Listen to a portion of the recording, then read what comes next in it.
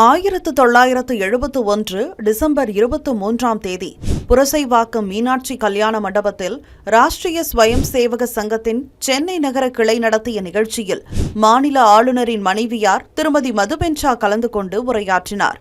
அப்போது நமது வீர ஜவான்கள் தைரியத்துடனும் உறுதியுடனும் போராடி வெற்றி பெற்றுள்ளனர். அவர்களுக்கு முழு ஆதரவு அளிப்பது நாட்டின் மக்களின் கடமை எனவும் அதற்கான சிறந்த வழி இரத்த தானம் செய்வதெனவும் அவர் வலியுறுத்தினார். டிசம்பர் 12 முதல் 19 வரை RSS-காரர்கள் வீடு வீடாக சென்று இரத்த தானம் கோரியதில் 2500 பேர் சம்மதித்தனர். அந்த பட்டியலை நகர RSS தலைவர் வி. ரங்கசாமி தேவர் திருமதி ஷாவிடம் நிகழ்ச்சியின் போது வழங்கினார்.